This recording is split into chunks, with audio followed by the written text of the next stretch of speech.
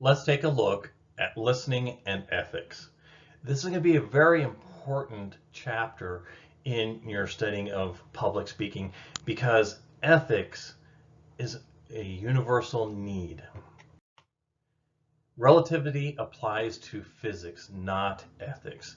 What Albert Einstein is saying here that ethical behavior is important in all aspects and it doesn't change based on our situation or our location. You're expected to have ethics in all the public speaking that you do. At in this chapter is we're going to take a in-depth look at speaking with an open ear, selective and active listening, attending while listening, ethics of speaking, and finally, character of ethical speaking. When we talk about listening with an open ear, is that even before we begin public speaking or we start to address an audience, we need to listen. We need to understand the audience. We need to understand them. And we're going to explore this when we look at audience analysis, but we have to listen to what they're looking for, what type of values they have, what type of character, and how we're going to interact with them. We're going to break from the book here real quick because when you listen to an audience, you are connecting with them. You're able to understand them and you're able to communicate more effectively with them. Next, listening is absolutely a part of ethics because if the message you're getting is not being received or it is being improperly interpreted, you can actually create unethical situations. So you want to make sure that not only are you listening before, but you're listening as you present and you're listening to that feedback loop. It also, you can find fallacies and arguments through listening. Fallacies we'll go more in depth into later, but a fallacy basically is a misconception that is presented as part of fact or part of an idea that actually is misleading. And there are many of them, and we will get into those. Finally, with audiences, we want to speak with them. We're doing extemporaneous speaking, so I'm not speaking at you. I want to be speaking with you. I want to be creating a dialogue with you. And that is true as a public speaker. When you're on a stage and you're speaking before an audience, don't speak at them, don't monologue, speak with them. And that rapport helps you get a better message across and a more memorable connection with that audience. Let's define listening. Now, listening and hearing are actually two separate things. Hearing is the perception of a message or of verbal and nonverbal aspects of communication. When I'm saying nonverbal, I'm talking about anything from the clothes I'm wearing to how close I'm standing to you, the tone of my voice, the loudness. All those are aspects of nonverbal. The actual words, of course, are the verbal or the symbols that we're using. And when you're listening, it's different than hearing because hearing is a physiological process. You can absolutely hear something without listening. I think we've encountered that. We're going to talk about a little bit of that later on. But when you are actually hearing something, it's noise making sound waves. Those sound waves are coming into your ear and being processed into the brain, so you're actually making something out of them. So hearing is a physiological process. Listening is more the in-depth process of processing information and making sense of it. We have breakdowns that occur in listening. Now hearing, we pretty much don't have a breakdown unless we decide to put something over our ears to muffle the sound and or close our eyes not to perceive the visual and nonverbal signals. Those are forms of noise. Another one that could break down hearing is a plane flying overhead, a jackhammer, loud music. All those create noise. Those go into external noises. And not only can that interrupt our hearing, but that can interrupt our listening. The listening is making sense of the signals we're receiving. External ones, the planes, the lawnmower, all those different things, dogs barking. The internal one is actually the loudest one. And that's why I really like this diagram here because it actually shows you noise appearing in all aspects of sharing messages. The internal noise are the thoughts, the feelings, the prejudice, the emotions that make us not process the message we're receiving. So we're unable to listen because of the noises within us. And learning to quiet those noises actually helps us receive and listen to a person's message. Listening beyond noise. There are two messages in the book that they really talk about: content and self-understanding of the role or identity. So you've decided you're either an audience member or the speaker, and that's going to change how you listen to something. Normally, as a speaker, you're listening more for the feedback. Meanwhile, if you're an audience member, your role is to perceive the message that's being sent and then to give feedback.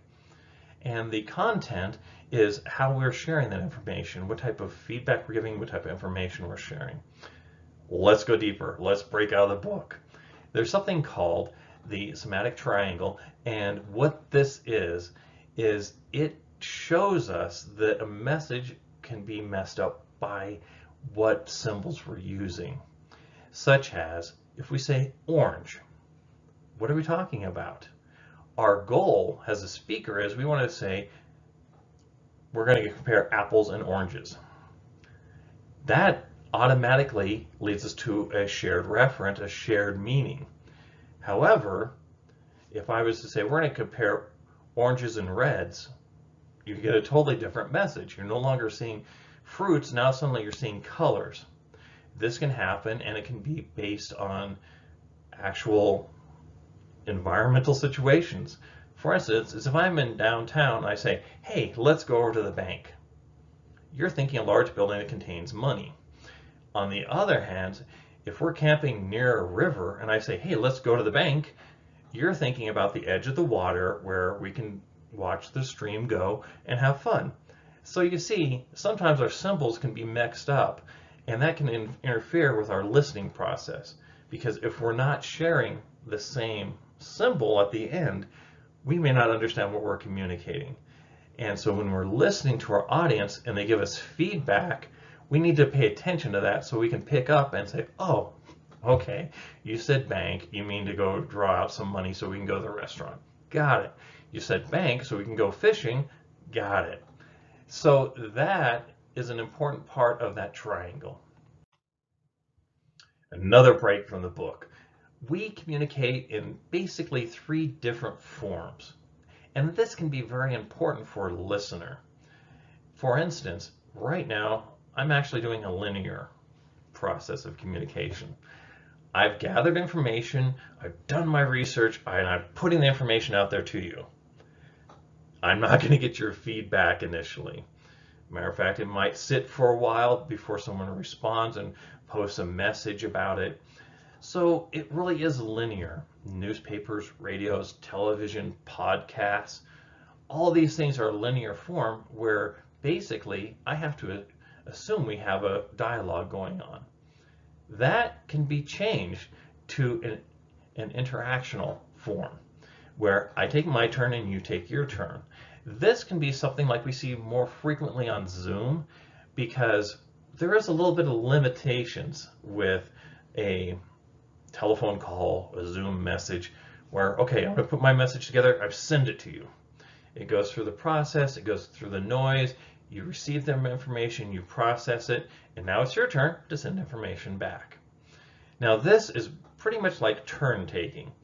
The third model is the transactional one. This is what you see when you are talking directly to an audience, to a person, or to a group. As you're going along with your message, you're composed it, you got it together, you're sending the message, but you're not waiting for the feedback, because you're interpreting feedback even as the message is going, because they may frown, they may smile, they may lean in, they may fold their arms and move back. Oh, I'm going to change my message. Even as I'm sending it, I'm starting to change my message based on a quick feedback. So the transactional is we are coming together to form the overall communication or the message in the middle, and it's being quickly interpreted and changed even as we're going along. So those 3 models can be important when you're in public speaking, because you need to know which one you're using. Oftentimes, in a format like this, it's going to be linear. I write a paper, it's going to be linear. I'm not going to get feedback until someone looks at it and sends me feedback. Then the interactional, oh, okay, a debate. Great example, because you're going to be saying something and it's the other person's turn, back and forth.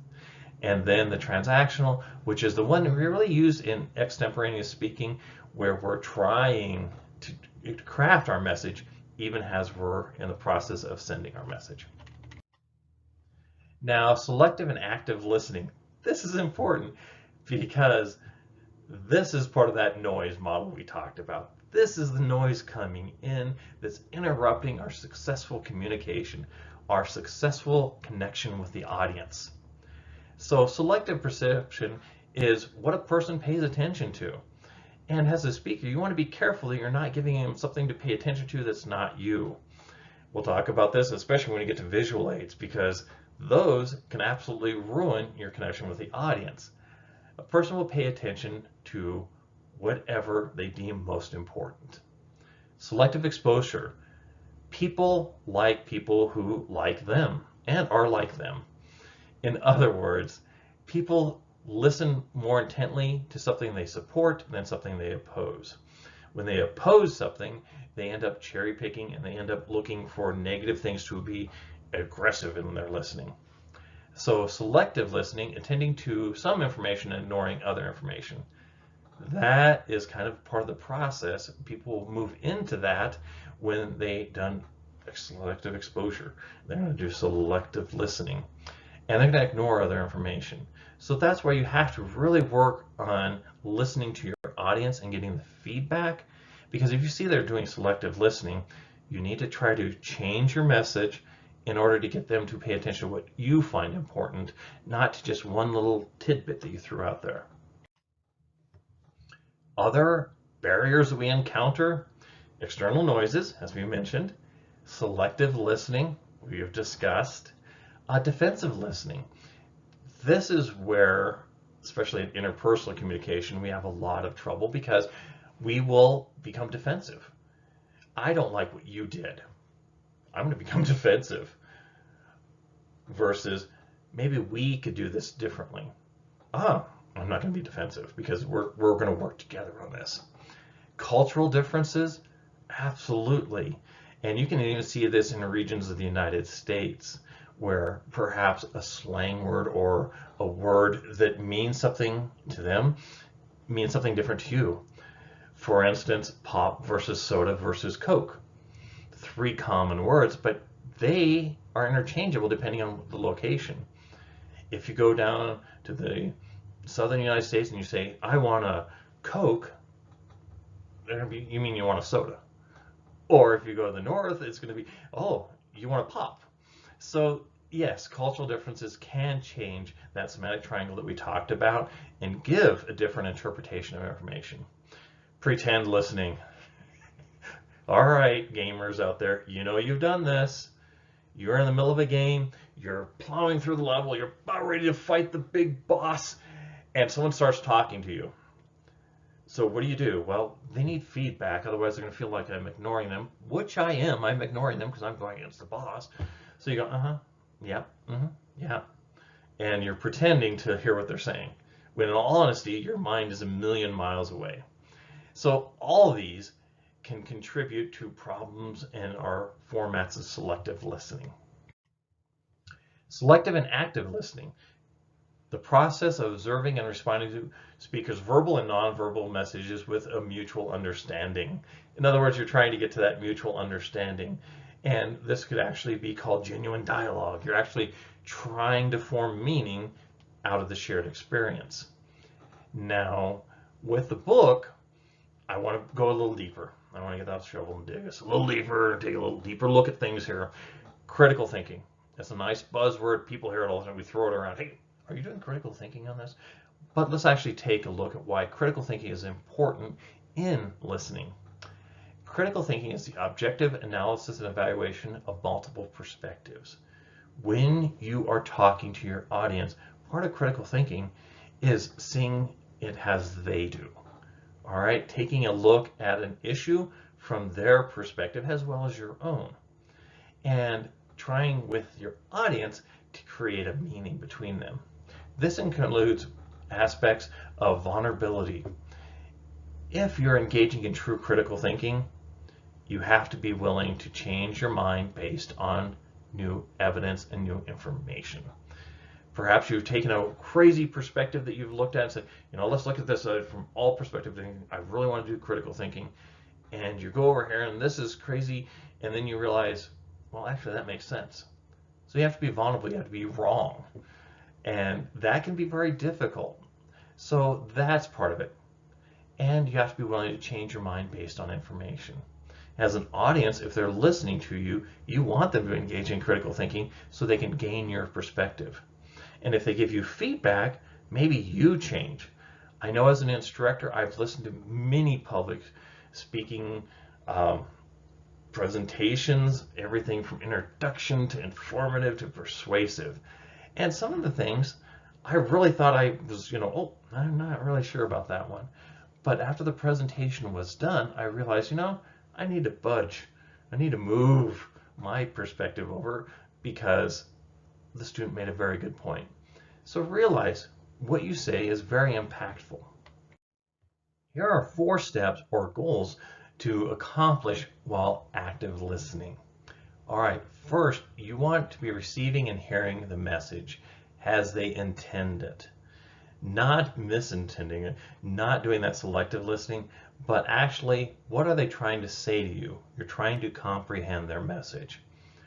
And this leads you into the next step, which is you're trying to craft a shared understanding between the audience and the speaker. So as a listener, you're trying to understand where they're coming from, you're understanding the information you have, and you're trying to come together to create a meaning there. How do you tell them that you've received their message?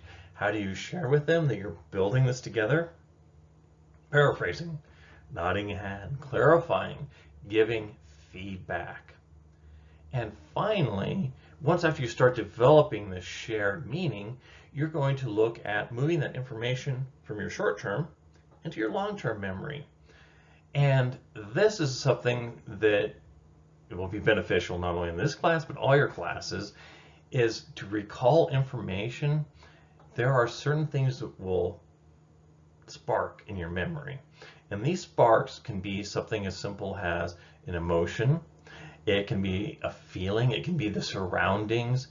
That's the reason why if you're preparing to take a test, make sure you're preparing to take a test in the same environment that you're going to take the test in. If you're going to have music playing, believe it or not, that music might be that spark that reminds you of an answer. That's also why note-taking is so beneficial. When you take notes, you have a physical activity that's a spark related to the question. So all of these can help you recall and move that into long-term memory so you can utilize the shared meaning that you created with the speaker. Ethics. Ethics is throughout public speaking.